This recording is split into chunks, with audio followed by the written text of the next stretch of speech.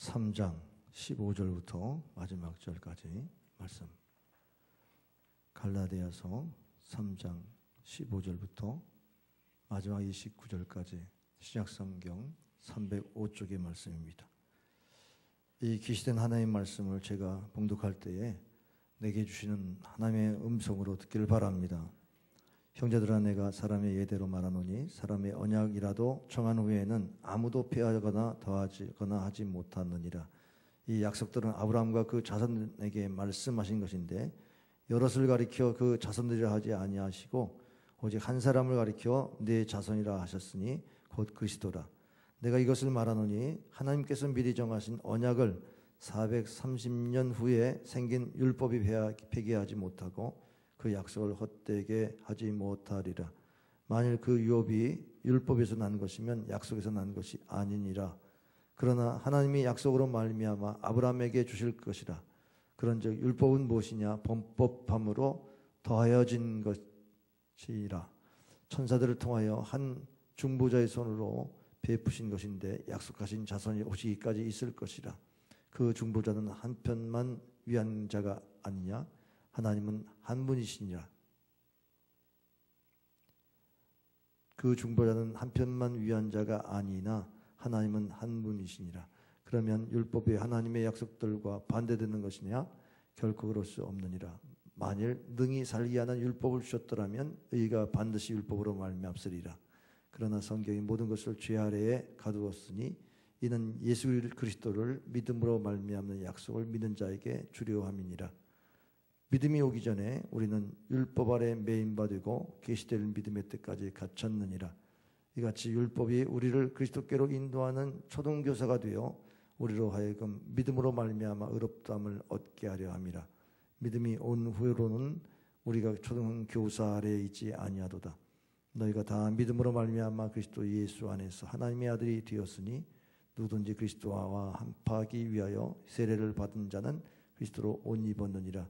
너희는 유대인이나 헬라인이나 종이나 자유인이나 남자나 여자나 다 그리스도 예수 안에서 하나니이니라. 다 같이 너희가 그리스도의 것이면 곧 아브라함의 자손이요 약속대로 유업을 이을 자니라. 아멘. 할렐루야. 오늘 종료주일 우리 예수님이 십자가에 달려 들어가시기 위하여 예루살렘에 입성할 때에 종려 가지를 흔들었다 해서 종료주일입니다. 신약성경의 3분의 1을 차지하는 이 한 주간의 사역이 우리에게 얼마나 의미가 있습니까? 우리가 예수 그리스도의 십자가에서 구원을 받은 이 신앙생활하는 우리들에게는 이 한 주간이 그야말로 우리 신앙의 결정체와 같아요. 우리 신앙이 이 한 주간에서 결정이 된다고 생각하고 여러분이 경건의 시간을 더 갖기를 바랍니다. 우리 예수님을 만난 사람과 또 예수를 만나지 못한 사람의 차이는 정말로 너무너무 천양지차로 나눠지게 됩니다. 사람이 어떤 사건을 만나고 나면 그 사건 속에서 사람이 변화되죠. 우리가 청년이 군대 갔다가 돌아오면 과거의 모습이 아니고 기백이 아주 충천하고 뭔가 사회생활을 했는데 뭔가 해낼 만한 그런 정신력이 더 충만해서 돌아옵니다. 그렇게 훈련되어도 사람이 바뀌죠. 또 우리 처녀들이 약하지만 결혼해서 자식을 낳으면 정말 생명을 다투면서 그렇게 아기를 잉태하고 출산하는 과정 속에서 강해져서 정말 그 공주병 같은 딸들이 모성애가 풍성한 그런 어머니로 이렇게 거듭나는 것을 보게 됩니다. 우리 신앙생활도 예수님을 믿기 전에 우리의 모습과 예수님을 믿은 다음의 모습이 너무나 다르게 변화된다는 사실을 생각하시면서 나는 과연 예수님을 믿는 나로서의 변화가 얼마나 있었나, 내가 생각해도 참 많이 변했다, 이런 고백이 있을 수 있기를 바랍니다. 우리가 믿음이 들어오기 전과 믿음이 들어온 후의 삶이 변화된다는 사실을 오늘 이 성경 본문에서 우리에게 말씀합니다. 23절에 분명히 믿음이 오기 전에 어떤 상태였는가, 25절에 믿음이 들어온 후에 어떤 상태로 변화되는가를 우리에게 말씀하고 있습니다. 믿음이 들어오기 전에는 22절에 보니까 율법에 매여 있는 인생이다. 율법에 매여 있는 인생이라고 23절에 기록하고 있습니다. 율법 아래 매여 있다는 말은 이 매인다는 이 헬라어의 뜻이 갇혔다, 구금되다, 감금됐다는 그런 뜻입니다. 뭐에 감금됐습니까? 마치 죄수를 간수하는 간수가 사람들을 단속하면서 감옥에 가둬두는 그러한 것과 같이 율법은 우리를 감시하면서 잘못된 사람들을 감독하고 있는 그런 모습과 같다는 겁니다. 그래서 갇혔다는 말, 이게 감옥에 갇혔다는 거예요. 우리의 죄 때문에 우리는 창살 속에 갇혀가지고 감옥에서 나오지도 못하는 이런 죄인의 모습으로 그렇게 있는 것이 바로 율법의 역할이고, 율법이 오늘 간수처럼 이렇게 등장했습니다. 또 24절에 보면은 율법이 초등교사로 비유되어 있어요. 이 초등교사는 뭐 유모와 같은 그런 분이 아니고 훈육하는 사람입니다. 그러니까 사관과 같이 감독하고 안 되면 회초리를 들고 이렇게 해서 어떻게든지 고쳐서 행동을 바꾸려고 하는 그런 초등교사, 영어에는 스쿨마스터라고 되어 있어요. 전에는 몽학선생이라고 했는데, 몽학선생은 우리를 그리스도께로 인도하는 그런 안내자의 역할을 하는 그런 가정교사다, 이렇게 풀이가 되어졌습니다. 이제 번역이 초등교사라고 됐으니까 아주 기초적인 거예요. 이거 해라, 이거 해라, 이거 안 하면 혼난다, 이거 해야 돼, 이렇게 가르치는 게 초등교사의 모습이라는 겁니다. 그러니까 우리가 율법 아래에 있다는 말은 이렇게 창살 없는 감옥과 같이 우리 영혼 안에 뭔가 꽉 나를 짓누르고 여기에서 행동이 잘못되면 큰 화가 있을 것 같은 그런 저주 아래에 있는 모습, 꼼짝달싹 못하고 자유를 잃어버리고 그러면서 질책을 당하고 또 구금되고 꽁꽁 묶여있는 그런 인생의 모습인 것이죠. 내가 아무리 양심이 바르고 바르게 살았다 할지라도 이 율법 아래 갇힌 사람은 바로 그 마음에서 떠나지 못한다는 거예요. 내가 뭘 잘못했나? 내가 이렇게 살아서는 뭔가 벌이 오겠지? 내가 이렇게 살아서는 안 되겠지? 그런데도 개선이 안 되는 모습을 보면서 절망하고, 그런 것이 바로 오늘 믿음이 들어오기 전의 모습이라는 겁니다. 믿음이 들어오기 전의 모습, 이거는 엄격한 하나님의 법 안에서 다 그 심판을 받는 이런 모습이 믿음이 오기 전의 모습인 것입니다. 여러분 어떻습니까? 지금도 그런 모습으로 살고 있는 분이 있다면 내가 믿음이 들어오지 않았구나. 믿음이 들어온 사람의 모습은 어떻게 바뀌는지 한번 오늘 말씀을 통해서 들어보세요. 15절부터 보면은 율법은 사람이 정한 것이 아니고 하나님이 정했기 때문에 사람이 폐하거나 더할 수가 없다 그랬어요. 예를 들어서 인간의 얘기대로 말하면 이런 겁니다.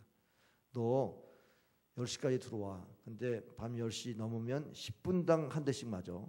그러니까 꼭 10시 이전에 들어와야 된다. 이렇게 사람이 이제 자식을 키우는 하나의 훈육 방법이에요. 그러면 10시 넘어가지고 몇 대를 맞을 건 자기가 계산하잖아요. 야, 나 10분 늦었어. 한 대 맞겠구나. 근데 1시간 늦었다. 그럼 6대 맞겠네. 그러니까 너무너무 자유가 없는 거예요. 그러니까 벌써 10시 가까이 오면 마음이 급해지는 거죠. 빨리 돌아가야 되는데. 그러다가 뭐 차라도 막혀가 늦으면 어떻게 되겠어요? 그거 혼나는 거죠. TV를 보는데 너 이거 TV 1시간만 봐? 근데 1시간 넘어가서 1시간 1분을 왔다 그러면 어떻게 되겠어요? 그 1분이 우리에게 얼마나 억제합니까? 아무리 부모님과 그렇게 의논해가지고 이렇게 할게요, 이렇게 할게요 다 약속을 해도 그것이 자기를 감시하고 있다는 사실을 벗어나지 못하잖아요. 그게 얼마나 인생을 옥죄이고 그렇게 힘들게 살게 만듭니까? 우리가 율법 아래 있다는 게 그겁니다. 이 율법은 사람이 피할 수도 없어요. 사람은 여보 당신 너무 그렇게 키우지 마라. 10시까지 오라고 해도 뭐 늦으면은 늦는 거 사정을 봐줘야지 꼭 그렇게 키우냐. 그러면 그래 알았어. 그러면 1시간에 한 대 맞는 거야. 그럼 1시간 연장됐다고 자유합니까? 11시 되면 또 그 마음이 얼마나 또 촉박해가지고 어렵겠어요. 그러니까 사람이 정하고 하는 것들은 아무리 사람의 편리를 봐주고 해도 이게 우리에게는 다 행동에 저촉이 되면 화를 받겠구나. 스스로 그걸 알지 않습니까? 자유가 없어요. 그러니까 믿음이 들어오기 전에는 이런 생활을 한다는 겁니다. 여러분이 지금 누구에게 속박당하고 있습니까? 여러분 스스로에게 속박을 당할 수도 있겠죠. 나는 이렇게 살아야 돼. 나는 이렇게 살아야 돼. 그러면서도 그렇게 속박당하는 모습 한번 생각해 보세요. 믿음이 없어서 그렇게 된다는 사실을 여러분 한번 생각해 보시면서 야, 내가 이런 생활하는 거 보니까 믿음이 없구나. 믿음이 들어오기 전에 내가 이런 모습인데 여러분 과연 믿음이 들어와가지고 여기서 자유한 모습이 어떤지를 생각해 보면 이 생활을 버려야 되지 않습니까? 16절에 보니까 이 약속들이 아브라함 때부터 이루어진 약속이에요. 아브라함이 어떤 약속이죠? 1절부터 쭉 보면은 아브라함의 믿음이 우리에게 복이 된다. 네, 우리도 아브라함처럼 복음을 믿으면 우리에게 복이 되는. 아브라함의 복은 뭐였습니까? 믿음으로 의롭다움을 받는 율로기아의 복이었지 않습니까?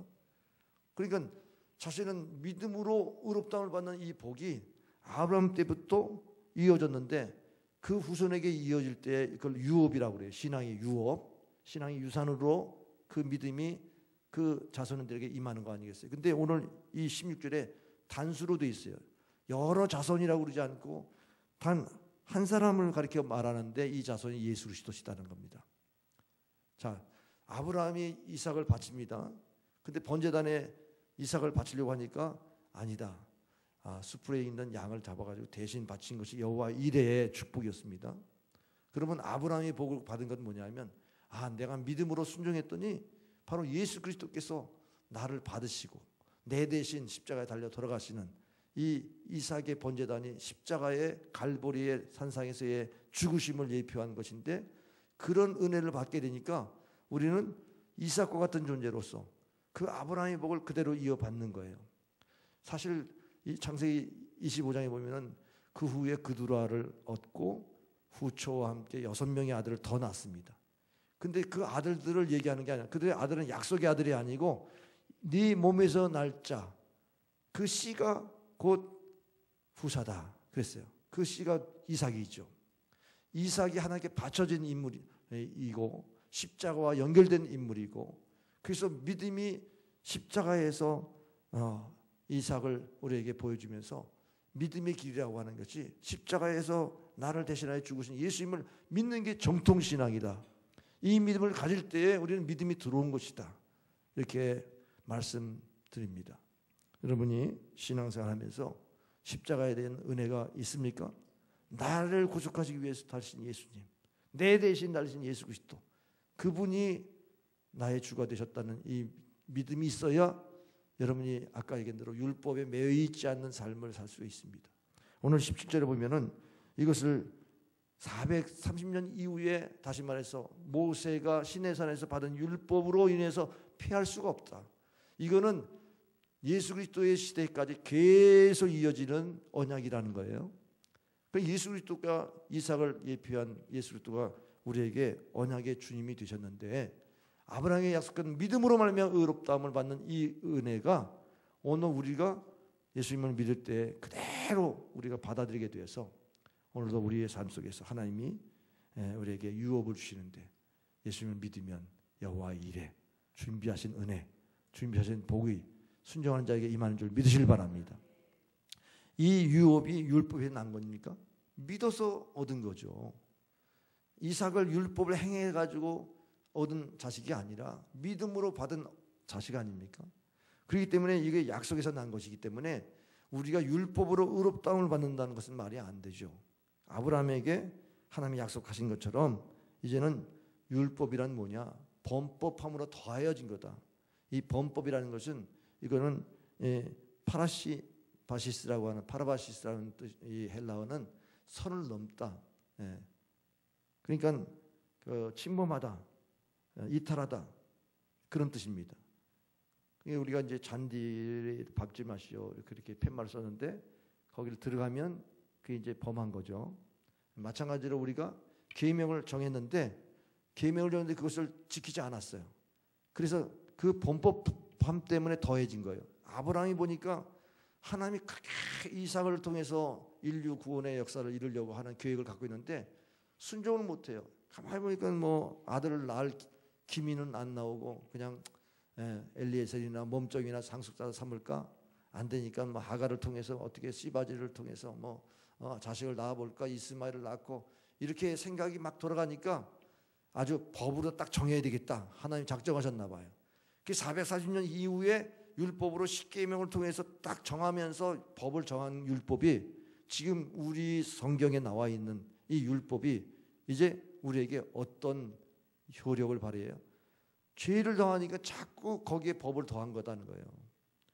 우리가 법 없이도 살다가 뭔가 죄를 지면요 법에 저촉이 돼서 법을 연구하잖아요. 법을 또 의뢰하면서 전문가에게 변호하죠. 변호사를 사기도 하고.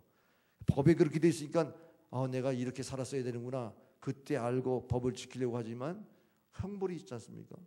그러니까 이 범법함 때문에 자꾸 더해진 율법, 이 율법이 폐해질 수 없습니다.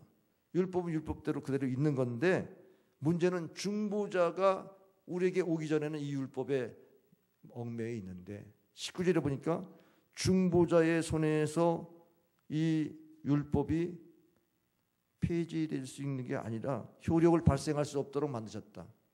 그 중보자가 예수 그리스도시다는 거예요. 자, 여러분 신앙이라고 하는 게 내 사정이 다 있어요.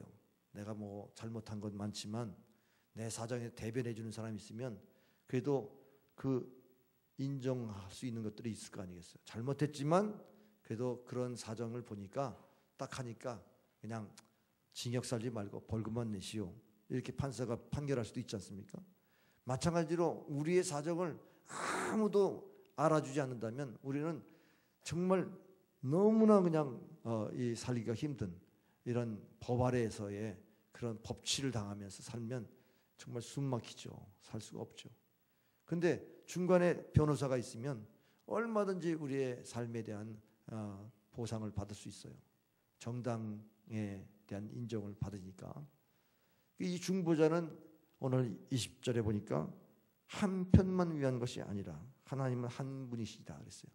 그러니까 양쪽을 다 이제 잘 알 수 있는 사람이 중보자죠. 근데 중보자 한 분 하나님, 이분이 예수님이세요.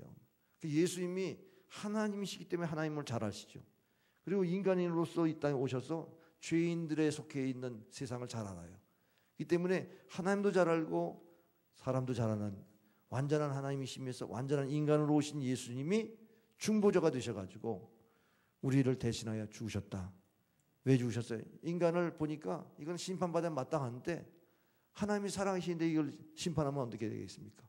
그래서 예수님이 대신 죽으심으로 심판을 건져서 심판에 이르지 않도록 그렇게 영생을 주시려고 십자가의 중보자의 삶을 살게 되신 것입니다. 그러니까 중보자의 그 은혜를 잊기 전에는 우리는 내가 내 행위에 대해 책임져야 돼요. 내가 내 행위에 대한 책임을 지려니까 얼마나 힘듭니까? 여러분 행위가 온전합니까? 온전하지 못한 그 행위를 지키려니까 너무 인생이 그냥 힘들고 피곤하고 공고한 겁니다. 그런데 율법을 지킨다고 해서도 의를 이루지 못해요. 21절에 그렇다고 우리를 살게 하는 율법이 아니다. 이거는 죄를 지적하는 율법이지. 그러면 이 죄를 지적해서 어떻게 그러면 죄를 해결합니까? 그래도 좀 이렇게 물어보기라도 하면 좋겠어요. 나 솔직히 죄를 졌어. 근데 변호사님, 내가 어떻게 하면 살죠? 이 정도 해야 살 길이 열리는데 그것도 변호도 안 받고 자기 마음대로 그냥 죄 가운데 살다가 내 죄는 내가 책임지겠어. 이러다가 살다가 그냥 멸망당하는 이런 인생들이 얼마나 많냐는 거예요. 그러니까 그 사람이 믿음이 들어오는 사람들은 중재자를 모셔요. 변호사를 모셔가지고 문제를 해결하려고 노력하는 사람이에요. 그 중보자 예수님을 내가 믿고 영접할 때에 예수님과 상의하는 사람이 되면 여러분의 얽매였던 그런 저주들이 풀리고 여러분의 고통받는 그 현실의 문제들이 풀리는 줄 믿으시길 바랍니다. 그래서 그 역할하시는 예수 그리스도를 우리가 바라보는 신앙, 여기에서 믿음이 들어옵니다. 22절에 성경이 모든 것을 죄 아래에 가두었으니 이는 예수 그리스도의 믿음으로 말미암은 약속을 받는 자들에게 주려함이라. 그러니까 믿음을 가진 자에게는 이 죄 아래에 가두었던 이 영혼들이 이제는 죄에서 벗어날 수 있도록 하나님께서 약속을 주셨다. 율법은 죄를 발견하고 그리고 죄를 해결하기 위해서 하나님께 나아가는 하나의 가이드라고 하는 것입니다. 오늘 23절 다시 한번 읽어보세요. 중요한 말씀이죠. 시작. 믿음이 오기 전에 우리는 율법 아래 매인 바 되고 계시된 믿음의 때까지 갇혔느니라. 자, 계시된 믿음이 들어오면 이제는 갇히지 않아요. 우리가 믿음이 들어올 때까지는 갇히지만 예수님이 나의 중보자이시다. 나를 대신하여 죽으신 분이시다. 나의 사정을 대신하여 변호하시는 분이시다. 이 믿음을 갖게 되면 이제는 그 율법에 갇혀있지 않는 자유한 삶이 되는 줄 믿으실 바랍니다. 그래서 24절에 믿음으로 말미암아 의롭다함을 얻게 된다. 이제는 믿음으로 앞세우는 거예요. 너 죄 졌지? 그러면 그래, 죄를 졌는데 예수님이 내 죄를 다 용서하셨어. 난 그걸 믿어. 그럼 믿음으로 의롭다함을 받는 이런 고백을 가지고 승리하게 되는 줄 믿으실 바랍니다. 그러니까 율법은 구원에 이르도록 자꾸 초등교사가 채찍질하면서 야단치면서 너 예수 믿어야지 그래가지고 되겠냐? 이렇게 율법이 예수님을 믿게 만드는 역할을 한다는 겁니다. 율법이 의인은 믿음으로 사는 거지 그렇게 행동해가지고 사는 게 아니야. 믿어야 의롭게 살 수 있어. 그렇게 가르쳐주는 게 율법이라는 겁니다. 이 율법에 통해서 자신의 무능함을 고백하고 자신의 죄인됨을 고백하고 하나님의 은혜를 구하게 만드는 역할이 율법인 줄 믿으시길 바랍니다. 그러면 믿음이 들어오면은 어떻게 변화될까요? 25절에 믿음이 온 후에는 우리가 초등교사 아래에 있지 않는다 그랬어요. 이제는 누가 뭐 이렇게 잘못된 거 야단 맞아가지고 고치는 정도가 아니고 야단 안 맞고 내가 스스로 하는 거예요. 예? 스스로 제가 그 말씀 지키겠습니다. 10시까지 알았어요. 10시를 지키려니까 9시 40분까지는 내가 들어가야겠다 생각하고 충분히 마음이 편안한 가운데 9시 40분까지 모든 시간을 잘 즐기고 그리고 딱 들어가요. 그러면 뭐가 두려운 거예요? 그렇게 스스로 율법을 지켜나가면서 승리하는 모습이 바로 믿음의 사람인 줄 믿으시길 바랍니다. 그래서 26절에 보면 믿음으로 말미암아 어떻게 됐습니까? 하나님의 아들이 되었어요. 믿음으로라고 하는 이 단어와 예수님을 믿는 이 믿음으로 말미암아 우리에게 세 가지 신분의 변화가 와요. 믿음이 온 다음에 어떻게 됐습니까? 예수 그리스도 안에서 세례를 받아요. 예수 그리스도 안에서 하나가 돼요. 예수 그리스도 안에서 그리스도의 것이 유업을 상속하게 돼요. 이 세 가지 신분의 변화를 오늘 한번 여러분과 나누겠습니다. 첫째는 하나님의 아들이 된다는 말씀 기억해 보세요. 하나님의 아들이 된다. 여러분이 하나님을 아버지로 부를 수 있는 특권이 있으십니까? 할렐루야. 하나님을 아버지 부를 수 있는 특권. 이게 신앙생활하면서 얼마나 큰 특권이에요. 이제는 내가 믿음으로 살겠습니다. 이것만 생각해도 우리 하나님 기뻐하시는 거예요. 너 과거에 이렇게 잘못했지. 뭐 이런 거 가지고 따지는 게 아니라 그리스도 안에서 이전 것이 지나가 보라 새 것이 되었다. 이전 것이 싹 지나가 이상하게 과거의 상처도 다 하나님 유익하게 만드신다는 믿음도 생기고 과거에 매이지 않을 수 있도록 우리에게 현재의 하나님의 은혜를 늘 사모하게 만들어서 우리가 과거를 이길 수 있는 은혜를 받게 되는 줄 믿으시길 바랍니다. 그래서 오늘 현재에 사는 거예요. 내일 일은 염려하지 않고 내일 일은 또 하나님이 기회 주시는 날로 살고 오늘 너 좋게 여기는 오늘 하루를 믿음 안에 사는 이런 하나님의 자녀가 되길 주의 이름으로 축원합니다. 그 다음에 두 번째 세례입니다. 이 세례를 참으로 그리스도와 연합한다 그렇게 표현하고 있죠. 그리스도와 합하기 위하여 세례를 받은 자는 뭘 입었습니까? 그리스도의 옷을 입는다는 거예요. 자, 옷이라고 하는 것은 그 사람의 신분과 직위, 직분을 말하죠. 예, 우리가 왕이 왕복을 입었습니다. 그리고 신하는 신하복을 입어서 차이를 알 수가 있어요. 근데 다 베끼면은 똑같이 뭐 누가 누군지 알아요. 누가 존귀한 사람인지 모르지 않습니까? 그래서 옷이라고 하는 것은 자신의 존귀한 옷을 덧입는 건데 우리가 그리스도의 옷을 덧입었다는 얘기는 우리가 과거에는 누더기 같은 죄인의 옷을 입고 다녔어요. 그게 뭐 대단한 비싼 옷을 입었든지 화려한 옷을 입었든지 상관없어요. 그 옷은 성경에 보니까 누더기 같은 옷이다. 이사야에서 말씀합니다. 우리는 금방 잎새기가 시드는 것처럼 그런 누더기 같은 옷을 입고 살면서 그거를 자랑하고 살았던 거예요. 세상의 옷은요, 출세한 사람들의 옷이 있어요. 뭐 화려한 옷도 있고, 뭐 지위, 직분에 따라서 대단한 인기를 얻는 사람은 유행 옷도 갈아입고 그러면서 자랑하지 않습니까? 근데 그런 모습이 밤낮 그래야 됩니까? 그렇게 살 수 있습니까? 뭐 돈을 잃어버리면 그렇게 살 수도 없고, 뭐 그래서 세상의 옷들은 다 유행 따라 지나가는 것들입니다. 그러나 그리스도의 옷은, 이것은 영원한 의의 옷이에요. 믿는 자에게, 구원받은 자에게 주시는 의의 옷입니다.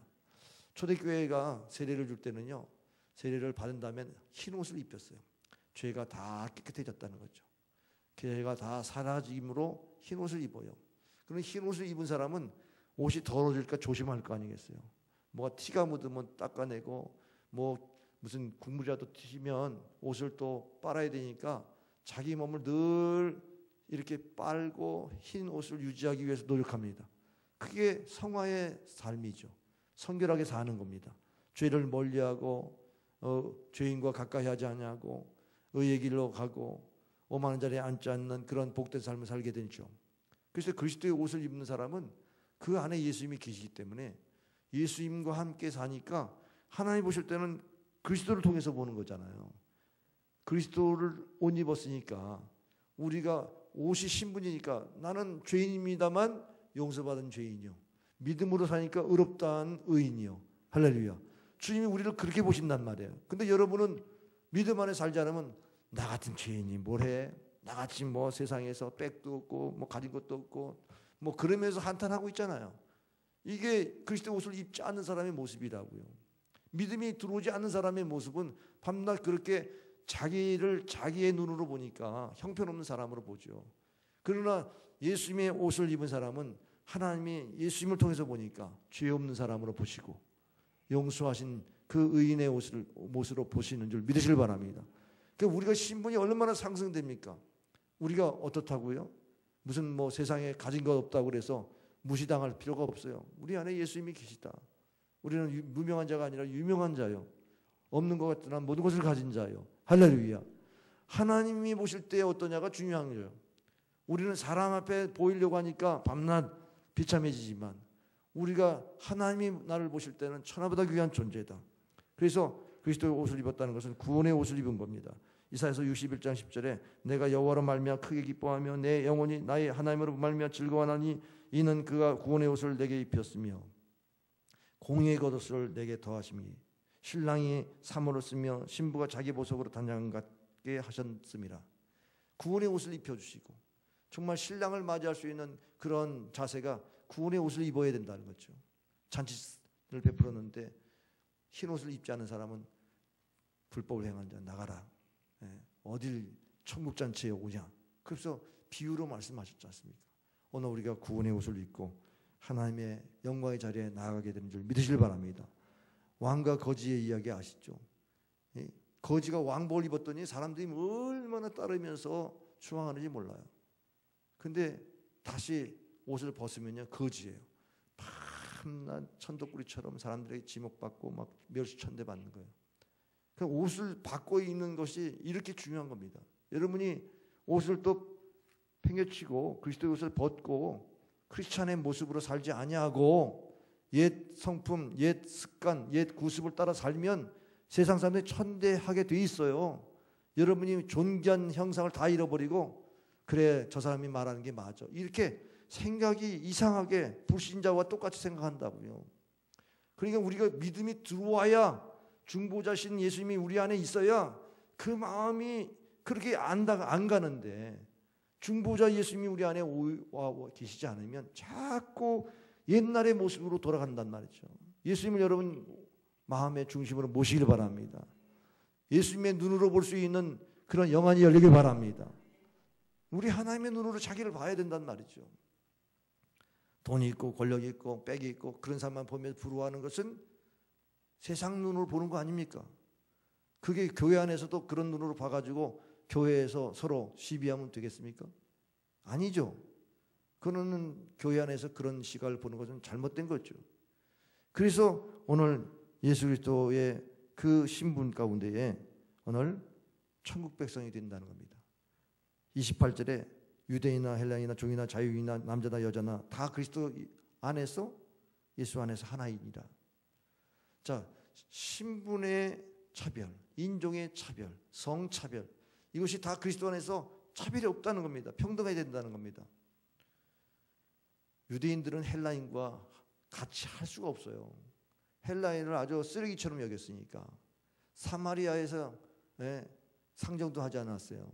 예수님이 사마리아 여인 만날 때 당신 유대인인데 어떻게 나를 만납니까? 이렇게 할 정도로 분위기가 그렇게 살벌했다고요. 아, 예수님 태어났을 때 나사렛에 무슨 선한 사람이 태어날 수 있냐? 거기는 악한 곳이고 비천한 곳이라고 생각이 그렇게 있었던 때에 바울은 헬라인 유대인이나 다 똑같다는 거죠. 다 똑같은 죄인이요. 그리고 예수님을 믿으면 다 똑같은 하나님의 자녀요. 할렐루야. 그러니까 우리가 하나님의 백성이요, 하나님의 가족이다. 이렇게 지금 보지 않습니까? 여러분이 교회 안에서 하나님의 가족으로 모이게 되는 줄 믿으시길 바랍니다. 무슨 여기에서 신분이 차이가 있어요. 나는 종이다. 나는 종이고 주인과 차별이 된다 그러면 어떻게 교회 생활합니까? 아니, 과거에 유대 사회에서는 종을 돈으로 샀어요. 팔고 노예를 사고 팔았습니다. 근데 교회 와 보니까 이거는 주인도 종도 똑같아. 그러면 문화가 다를 거 아니에요. 사회가 변화될 거 아닙니까? 여러분, 전북 김제에 가면 금산교회가 있습니다. 이 금산교회가 종이 목사가 되고 주인이 장로로 섬겼던 교회입니다. 이 교회가 조덕삼이라고 하는 장로인데요. 이분은 참으로 금강을 그곳에 사업을 하면서 큰 부자가 되고 큰 지주가 됐습니다. 그래서 종으로 들어온 사람이 이 이작이라고 하는 종인데, 이 이작이 이렇게 충실하게 일을 하니까 참 늘 주인의 마음이 기뻤겠죠. 가난하게 살면서 부모를 잃고 떠드는 그를 잘 또 돌봐주는 그런 좋은 주인이었습니다. 어느 날 이자에게 공부를 시켜서 좀 천자문을 깨우게 해야 되겠다 했더니 너무 영특해가지고 천자문도 솔솔 외우고, 근데 미국에서 온 루이스 티트 선교사가 그것을 지나다가 전도를 한 거예요. 그래서 전도를 통해서 이 조덕삼이 예수를 믿게 되면서 다 예수를 믿자 해서 자기 집의 사랑채를 예배당으로 이렇게 허락했습니다. 그 당시에는 남녀 출석 부독석이라 이렇게 기역자로 돼가지고 남자 여자를 서로 마주보지 못하게 강단에서 이렇게 양쪽에 보게끔, 그렇게 지금도 거기 가면 그렇게 돼 있어요. 그런 예배를 드리면서 그 당시에 신앙생활 할 때에 이제 이자익이 너무나 신앙을 잘하니까 영사, 요즘 말하면 뭐 안수집사 정도 되는지, 근데 이제 장로 투표를 합니다. 근데 장로 투표를 하는데 대상이 그 조덕삼과 이자익 두 사람만 올라왔어요. 투표했는데 누가 됐냐 하면 이자익 종이 된 거예요. 그래서 거기 있는 조덕삼이가 고민을 했겠죠. 그런데 하나님의 뜻이라고 고백하면서 자기는 이 장로 되지 못한 것을 받아들인다. 그래서 이자익을 장로로 세운 거예요. 그랬더니 그 당시에 이 쌍놈이 어떻게 양반하고 같이 신앙생활 하느냐 해가지고 교회들이 막 분란이 있었을 때예요. 그런데 이 교회는 어떻게 된 게 주인이 그 종을 앞세워서 교회 생활을 하니까 이 교회가 얼마나 신령하지 않으면 이 신앙을 지키겠어요.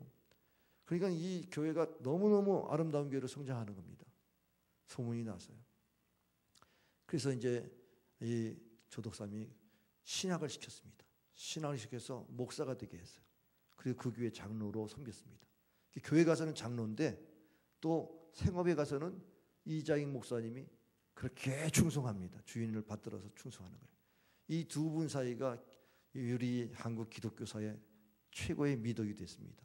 그런데 이 조덕삼 가정은요, 사실은 아주 하나님의 놀라운 그런 축복을 받아서 독립운동의 그 아들 조영호 장로가 자기 3.1 만세운동에 참가하기도 하고 또 북한도의 독립운동에 투신도 하고, 그리고 참으로 그 이장희 목사님을 창시개명하고 신사참배 거부하는 이런 정치에 들어가지 않도록 보호하고, 그러면서 이 이장희 목사님이 대전에 개신교 신학교를 세우면서 그렇게 훌륭한 목사님으로 이렇게 세워진 일화가 있습니다. 여러분, 그리스도 안에서 하나다는 것이 그겁니다. 그리스도 안에 들어가면요, 평등 사회가 이루어지는 거죠. 무슨 세상에 가장 차별 문제를 가지고 동성애 차별한다, 뭐 인권 차별한다, 별의별 성차별 때문에 이번에 낙태법도 통과됐잖아요. 무슨 여성의 인권이 이렇게 높아가지고 낙태도 선택할 권리를 달라고 하니까 법이 이렇게 돌아가고 있는 이 세상은 이 사회를 평등하게 만드는 게 더 차별하게 만들지 않습니까? 동성애 소수자를 세운다고 해가지고 결국은 정상적인 가정들이 다 붕괴되면 어떻게 되겠습니까? 성차별 보세요. 남자나 여자나 어디 그 당시에는 여자는 인구수에도 안 들었잖아요. 그런데 초대교회가 같이 기도하다 보니까 남자 여자가 다 같이 기도하는 가운데 평등한 사회가 됐지 않습니까? 기독교만 들어가면 사회의 3대 악 다 해결돼요. 인종차별, 무슨 신분차별, 성차별 다 해결되지 않습니까? 그러니까 복음이 들어가는 곳마다 선진국가가 되고 복음이 들어가야 이 나라가 바로 서지. 무슨 제도를 고친다고 바로 섭니까? 사람이 문제인데 탐욕을 가지고 살면서 어떻게 이런 평등에 대한 것들을 아무리 얘기해도 지켜질 수 있겠어요? 사람을 변화시키는 것은 중재자 되신 예수 그리스도, 그분이 내 안에 내 사정을 아시고 중보하시고 기도해 주시는 주님을 의지하고 살면 하나님이 이렇게 놀라운 변화의 역사를 일으키신 줄 믿으시길 바랍니다. 또 초대교회에 아름다운 미덕이 있는 이야기가 있습니다. 그것은 백정 출신의 박성춘이라고 하는, 이분은 백정이에요. 소잡고 이렇게 하는 백정인데 그 당시는 쌍놈이 했던 직업이었습니다. 그런데 이분이 콜레라를 걸렸어요. 콜레라를 걸렸는데 그 당시에 그 무호 목사님이 그를 이제 그 고종 황제의 시의 주치의죠. 에빈슨의 정성스러운 도움으로 병이 나았습니다. 그리고 교회에 들어와서 이제 세례를 받고 정식 교인이 됐어요. 그랬더니 양반들이 교회를 안 나오는 거예요. 양반들이 교회를 안 나와요. 근데 그 교회가 지금 종로에 관철동에 있는 곤달골 교회였습니다. 이 곤달골 교회가 이제 큰 어려움을 겪게 됐습니다. 그래서 무호 목사님이 하나님 같은 자녀들인데, 하나님이 똑같은 자녀인데 어떻게 한 방에서 예배드리는 것이 온당치 않겠느냐? 양반들의 신앙만이 특히 뛰어나서 하나님의 높은 자리를 보장받을 수는 없는 것이다 하면서 백정편을 들었더니 결국 교회가 이렇게 갈라지게 돼가지고 양반들만 따로 나가서 콩문숙고를 교회를 세웠습니다. 그래서 양반교회, 상놈교회가 나눠지는 이런 비극이 생겼죠. 박상춘이가 은혜를 받고 보니까 나같이 신분에 고통받는 사람들을 전도해야 되겠다. 그래서 전국에 전도를 하기 시작합니다. 이 수원에도 전도를 해서 그래서 신자들을 확보하면서 막 부흥이 됩니다. 부흥이 되는 가운데 이제 이 교회가 성장하는데 갑오개혁이 일어나면서 이거를 무호 목사님이 상신합니다. 왜? 상놈도 갓을 쓰게 해달라. 신분 철폐를 위해서. 그랬더니 그게 허락이 돼가지고 갓을 쓰면서 이제 같이 양반하고 같이 예배드릴 수 있는 그러한 제도가 생기니까 이제는 합칠 수 있는 이제 그런 어떤 움직임이 있었는데 마치 곤달교회가 불이 났어요. 그래서 홍문숙골 교회로 통합하면서 하나가 된 것이 지금의 인사동의 숭동교회입니다. 우리가 하나님을 믿는 성도들이 그리스도 안에 있으면요, 무슨 신분에 무슨 높고 낮음이 어디 있습니까? 과거에 어떻고 이런 얘기들은 그것은 다 지나가는 얘기예요. 그리스도 안에서 하나 되는 겁니다. 천국에 가가지고 여러분 무슨 출신 얘기할 겁니까? 교파 얘기할 겁니까? 아니지 않습니까? 그리스도 안에서 하나인 것을 기억하시길 바랍니다. 과거 얘기 자꾸 하는 사람들은 수상한 사람들이에요. 자기를 좀 높이려고 하는 얘기잖아요. 왕년에 내가 왕년 없는 사람 누가 있습니까? 지금이 여러분의 모습이 중요한 겁니다. 그리고 29절에 보니까는 약속의 유업을 잇는 상속자가 되었다. 약속을 잇는 상속자. 유업이라는 것이 뭐예요? 유산이죠. 그래서 하나님의 것이라면 하나님이 그것을 경영하게 돼 있어요. 자, 오늘 종료주일인데 예수님께서 나귀 새끼를 타고 예루살렘에 올라가시는데 나귀 새끼를 가져오라 그랬더니 제자들이 주인이 과연 그거 내줄까요? 그랬더니 주께서 쓰시겠다 하라. 그러면 내줄 것이다. 그랬더니 정말 그렇게 됐지 않습니까? 그것이 주의 것이기 때문에 그렇게 명령하고 그 명령에 순종하는 일이 벌어지고 주님께서 하나님의 뜻을 이루기 위해서 나귀 새끼를 타고 예루살렘에 들어가지 않았습니까? 그러니까 하나님의 것이라고 하는 믿음이 있는 사람은요, 하나님의 명령에 순종하는 자에게 복인 거예요. 하나님이 예비하신 복이 다 있는 거예요. 할렐루야. 우리는 주의 것입니다. 우리를 성전 삼으시고 너는 너의 것이 아니라 내 것이다. 이렇게 주님 고린도전서 6장 19절 20절에 우리를 성전 삼으시고 하나님의 것으로 삼으셨지 않습니까? 성령이 너 안에 거하시는 것을 너희는 알지 못하느냐.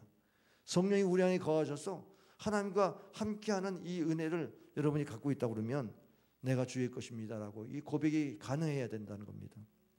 여리고를 지나가는 이 예수님을 삭개오가 뽕나무에서 보다가 예수님이 내려오라 내가 너희 집에 오늘 유하겠다 했을 때에 삭개오가 너무 기뻐가지고 완전히 세리로 그 사회에서 왕따당했던 그가 너무나 외로웠는데 예수님 찾아오시니까 너무 감동해가지고 자기가 가난한 자에게 내 재산 절반을 팔아서 나눠주겠습니다. 혹시라도 남의 거 도적질한 거 있으면 4배나 갚겠습니다. 이렇게 막 회개를 일으키니까 오늘 이 가정의 구원이 이뤘도다. 이들도 아브라함의 자손이도다. 할렐루야. 아브라함의 자손이라는 말이 구원받는 백성에게 임하지 않습니까? 오늘 29절에 아브라함의 자손이여 약속대로 유업을 이을 자다. 아브라함의 믿음으로 의롭다함 받는 복은 지금도 믿는 자에게 그대로 이어지는 복입니다. 예, 믿음으로 의롭다함 받는 복은 우리가 지금 이 시간 예수님을 영접하고 의롭다함을 받는 은혜를 힘있기를 바랍니다. 그러면 하나님께서 그 자손들을 계속 아브라함과 이삭과 야곱에 이어가면서 복을 주셨잖아요. 땅, 나라, 자손, 복을 주신다는 아브라함의 복. 오늘 우리가 이 땅에 살면서 이런 복들이 우리 자손들에게 이어진다고 생각해 보면 오늘 우리의 믿음이 얼마나 소중합니까? 믿음이 들어오니까 신분 상승, 생활 상승, 인생관이 달라지지 않습니까? 할렐루야. 우리 크리스찬들은 나는 어떤 존재인가에 대한 생각을 해보세요. 믿기 전에 믿기 전에 나는 괜찮았습니까? 믿음 후에 나는 어떻습니까? 괜찮은 옛날보다 못해졌습니까? 계시된 믿음이 들어오기 전에는 그게 구분이 안 되고 똑같을 거예요. 근데 중재자 되신 예수님, 나를 변호하시는 예수님, 나를 위해서 십자가 달린 예수님, 그 예수님이 나의 구주가 되시면 완전히 이렇게 신분이 하나님의 자녀로서 하나님을 위로 아버지라고 부를 수 있고, 그리고 우리가 옆으로 형제자매를 같이 우리가 이웃이 되는 거 아닙니까? 원수가 아닙니다. 이제는 평등사회를 이루어가는 민주주의 시민이 되는 것이고, 그 다음에는 길이로 보면 영원한 유업, 아브라함의 유업이 천국까지 이어지죠.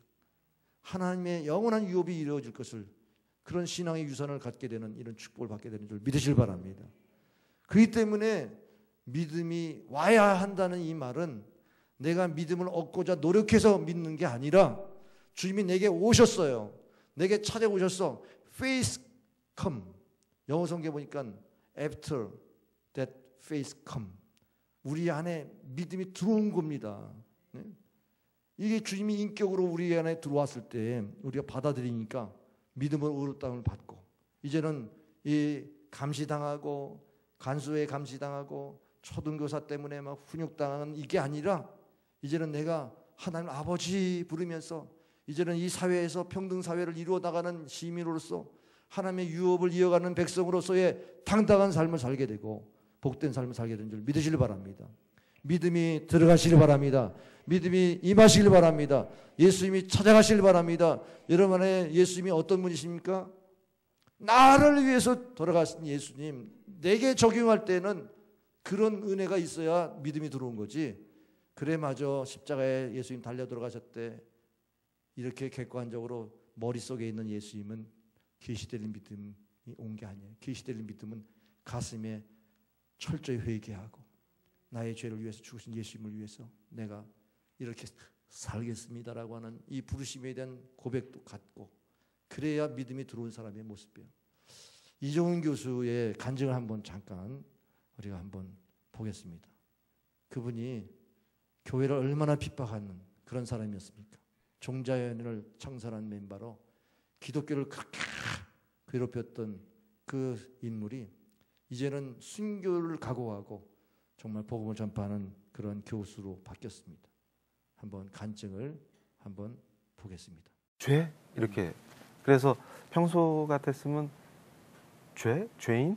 목사님이나 잘하세요. 이렇게 또 반발하면서 비판을 했어야 되는데 비판이 안 나와요. 갑자기. 그러면서 제가 이제 뭐 혀가 굳었다 이런 표현을 썼는데 정확히 말씀드리면 언어를 잃어버렸다는 표현이 맞을 것 같아요. 그러니까 갑자기 굉장히 숙연해지고 함부로 입을 놀릴 수 없게 된 거죠. 그 상태에서 엎드렸어요, 땅바닥에.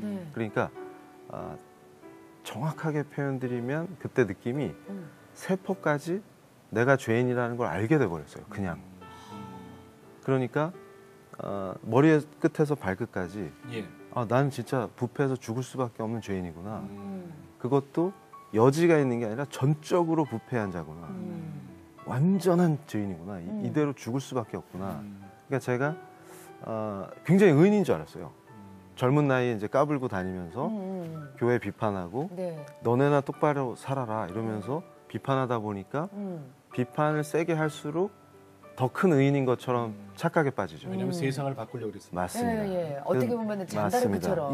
그러니까 저는 의인이라고 느낄수록 이게 위험한 거구나. 그걸 그때 그러니까 지금도 많은 분들이 자기가 의인이라고 느끼고 있으면 진짜 위험한 상태예요.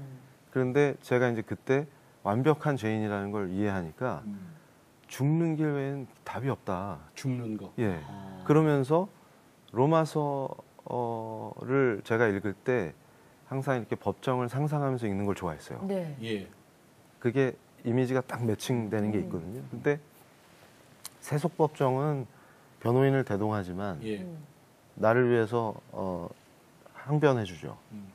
근데 이건 그냥 죽는 거 외엔 길이 없구나. 그거를 그냥 알겠는 거예요. 주님을 핍박했어요. 아니 그냥 그 자체로 주님을 핍박하지 않더라도 나라는 존재 자체가 전적으로 부패한 죄인이라는 게 그냥 알게 되니까 견딜 수가 없어요. 죽는 거 외엔 길이 없구나 해서 제일 강한 느낌이 난 죽었다였습니다. 그래서 꼼짝도 못하고 방바닥에 엎드려서 떨었죠. 부들부들 떨었죠. 그러다가 어느 정도 시간이 지난 다음에 일어나서 움직여지니까 이상하다. 살았네.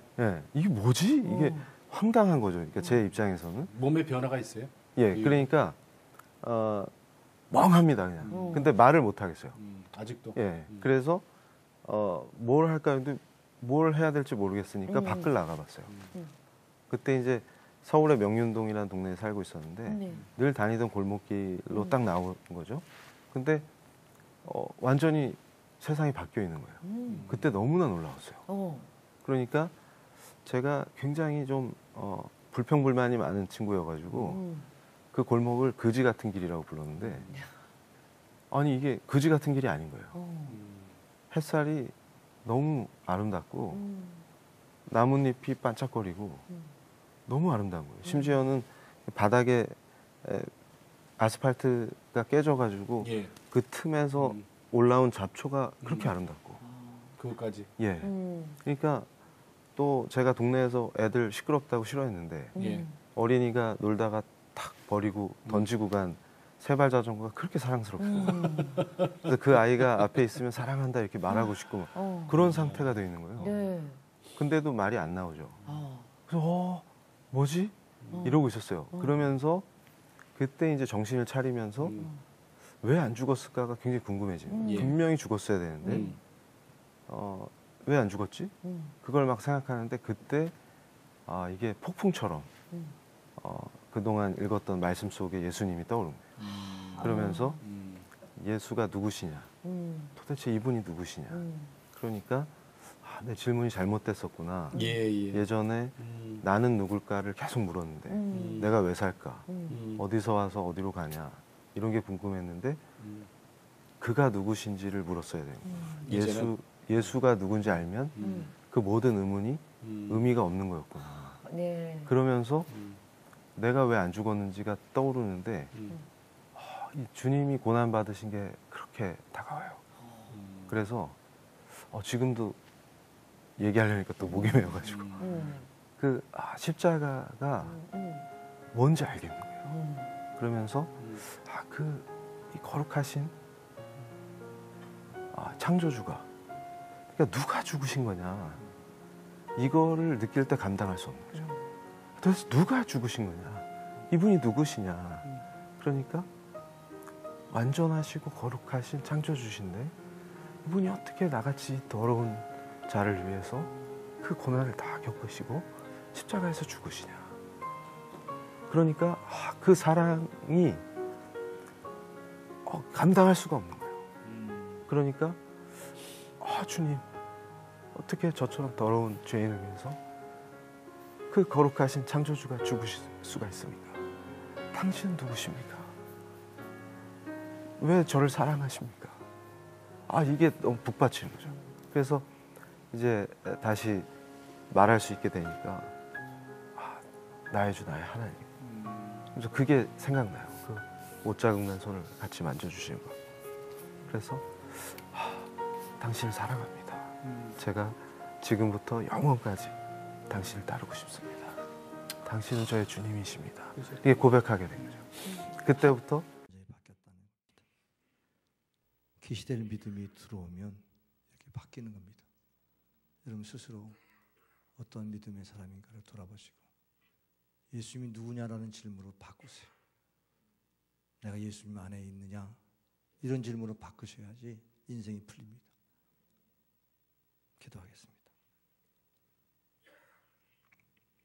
아버지 하나님, 계시될 믿음이 들어오기 전에는 율법에 얽매여서 저주 아래 있고 죄악에서 벗어나려고 해도 벗어날 수 없는 죽을 수밖에 없는 본질상 진노의 자녀였는데 계시될 믿음이 들어와서 중재하시는 예수님, 나의 사정을 낱낱이 하나님께 변호해 주시는 예수님, 그분이 왜 나를 위해서 죽으셨습니까? 십자가에 달려 돌아가신 예수님이 어찌 나를 이렇게 사랑하십니까? 이렇게 고백하고 믿고 나아갈 때에 우리 인생이 달라지는 놀라운 은혜, 하나님을 아버지라고 부를 수 있으며 이제는 모든 이웃들이 형제가 되고 사랑의 대상이 되고 그리고 우리에게 영원한 유업을 아브라함의 복을 받는 축복으로 살게 하시는 줄 믿습니다. 이 은혜를 우리가 이 시간 예수님을 나의 주 나의 하나님으로 영접함으로 누릴 수 있게 하여 주옵소서.